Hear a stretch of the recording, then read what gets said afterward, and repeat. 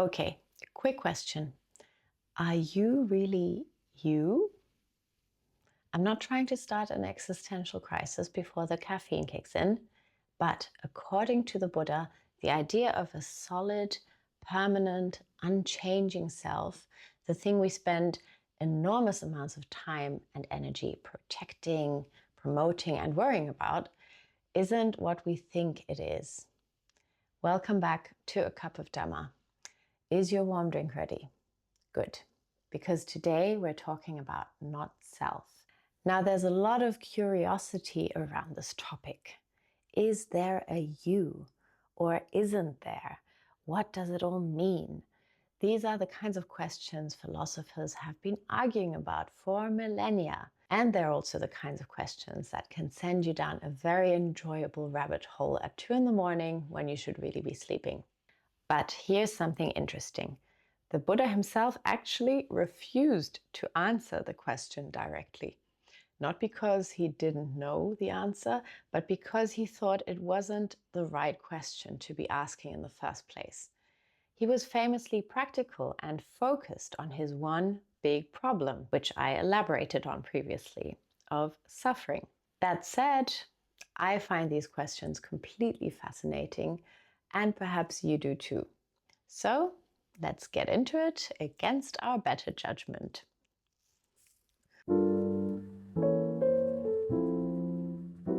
In the Buddha's time, people were already debating this exact thing. Is there a self or is there no self? So naturally, the Buddha was eventually asked directly, is there a self? Silence. Is there no self? Also silence. Later, his attendant Anattā asked why he hadn't answered, and the explanation cut straight to the heart of everything. If the Buddha had said, yes, there is a self, people would cling to that idea, build their identity around it, defend it, suffer for it.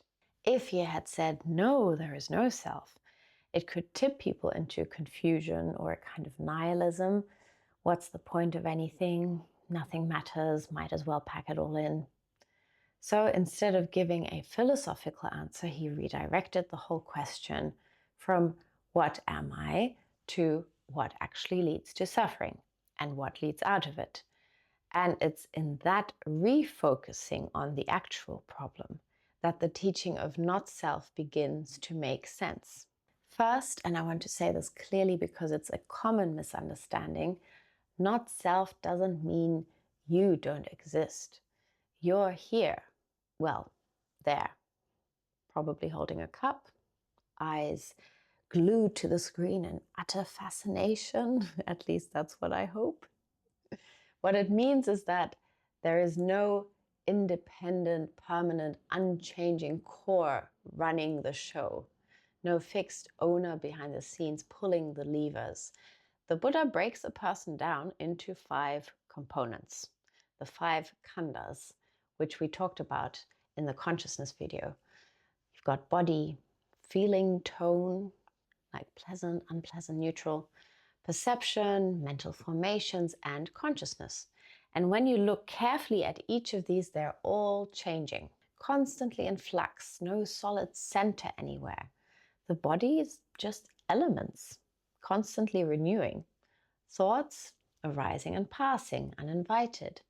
Emotions are like weather patterns. They roll in, they roll out, and you definitely didn't order that particular storm.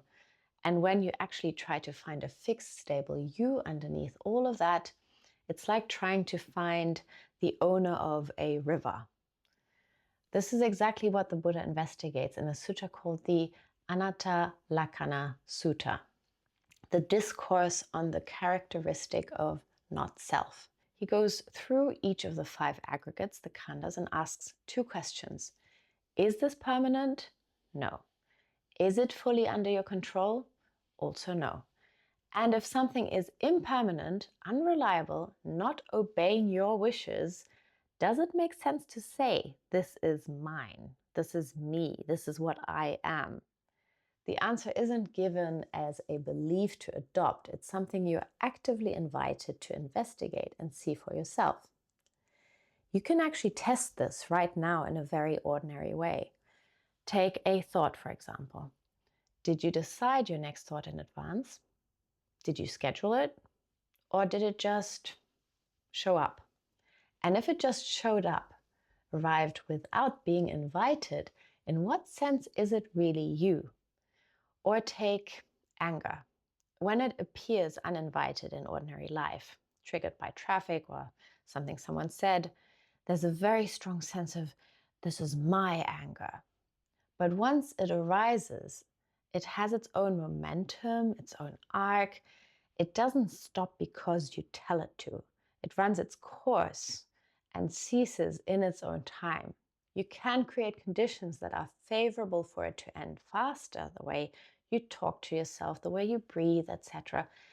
But if it responds to conditions rather than your direct will, in what sense then, again, is it really yours? This isn't a trick question. It's a genuinely interesting one. And the more you sit with it, the more the tight sense of ownership begins to soften. Now, the first reaction to all of this is often a kind of mild panic. If there's nothing there to grasp, that is weird and uncomfortable. But what we call self is a process, not a thing.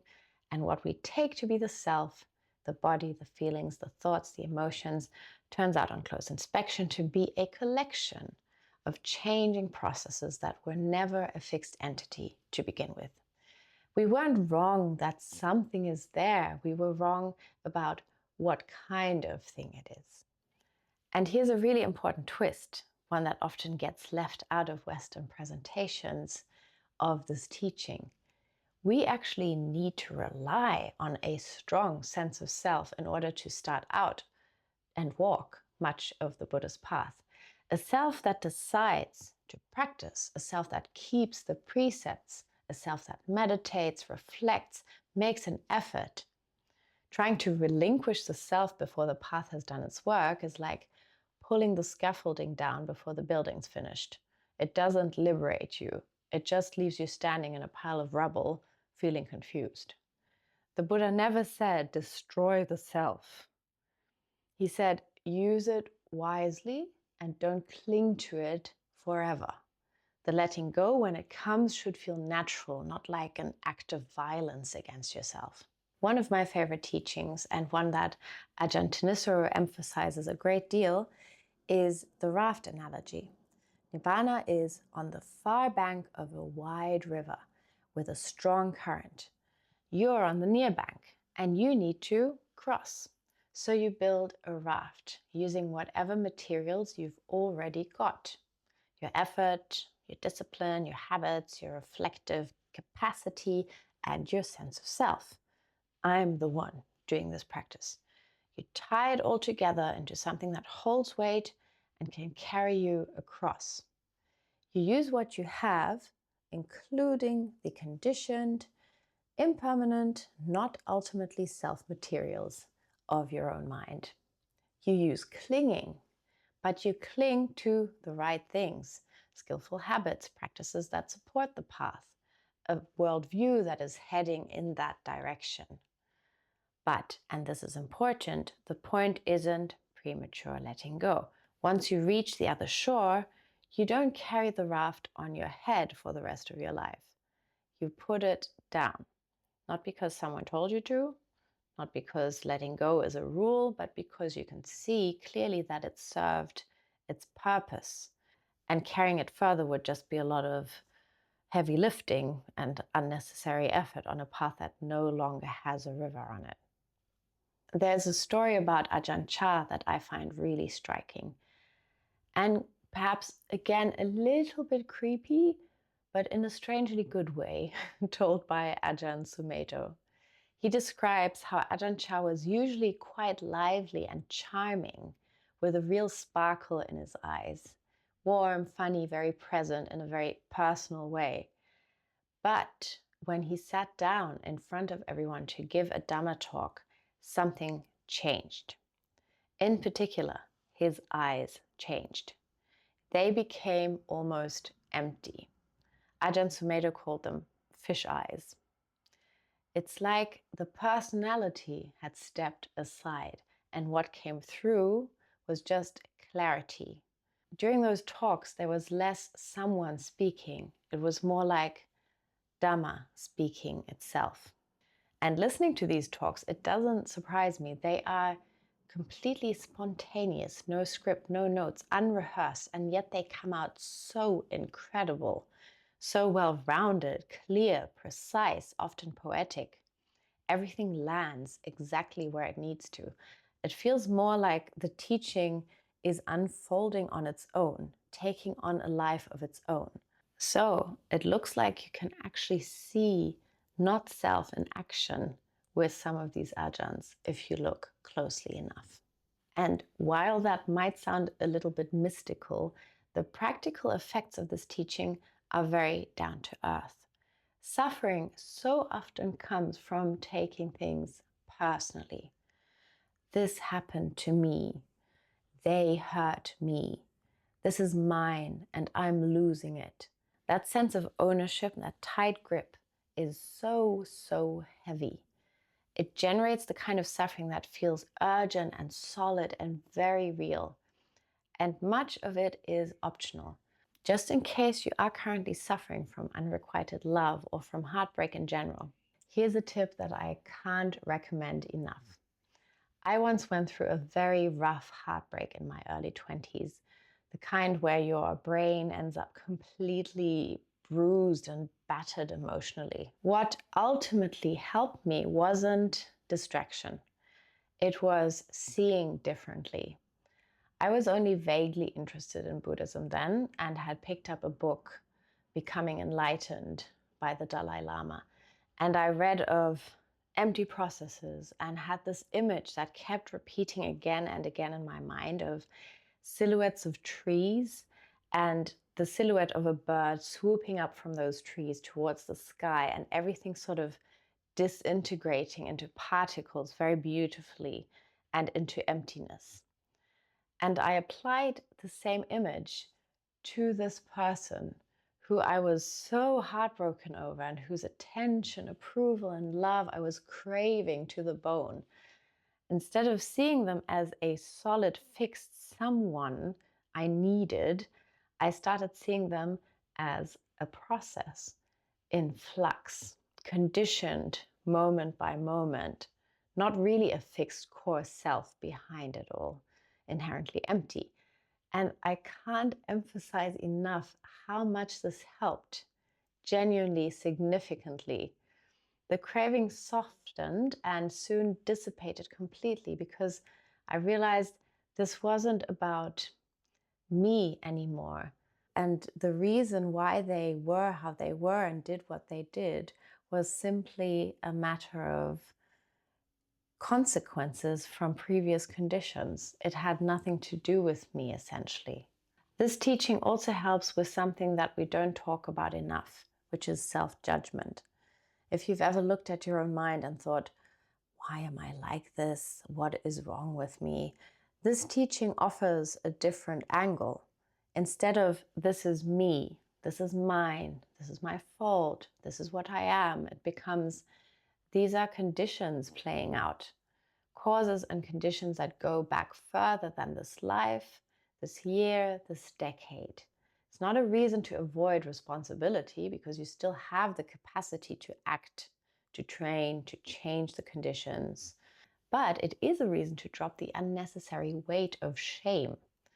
What matters isn't blame, it's training, it's looking forward. And zooming out even further, if we weren't also busy protecting and promoting this idea of me and mine, there would probably be a lot less conflict in the world. The wars, the arguments, the thinking in tribes and groups, me versus them, the grievances held for decades, so much of it is the self defending itself against other selves. So, not self sounds strange at first. It sounds like a threat, like someone is about to take something from you. But it's not about losing yourself. It's about losing the burden of carrying a self that was never as solid as it seemed. And think about it. When you look back at who you were 10 years ago, the opinions you held, the things you were certain about, the things you were devastated by, are you really the same person or just a very convincing continuation? That's Buddhism for you, with the teaching of impermanence, with the teaching of not self, with the teaching of how consciousness works. We keep seeing the same pattern. This seems solid, but in truth, it isn't. It's a process that only feels continuous. And where dukkha happens, where the suffering happens, the wobbliness of the wheel that could be turning smoothly is the friction that's generated when we try to grasp at things that are inherently ungraspable.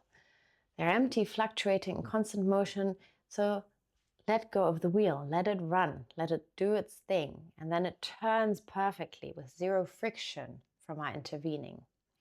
Kind of makes sense, right? So maybe you're not as fixed as you thought, which is mildly concerning or very good news. Thank you so much for watching, and I will see you, or whatever you are, next time.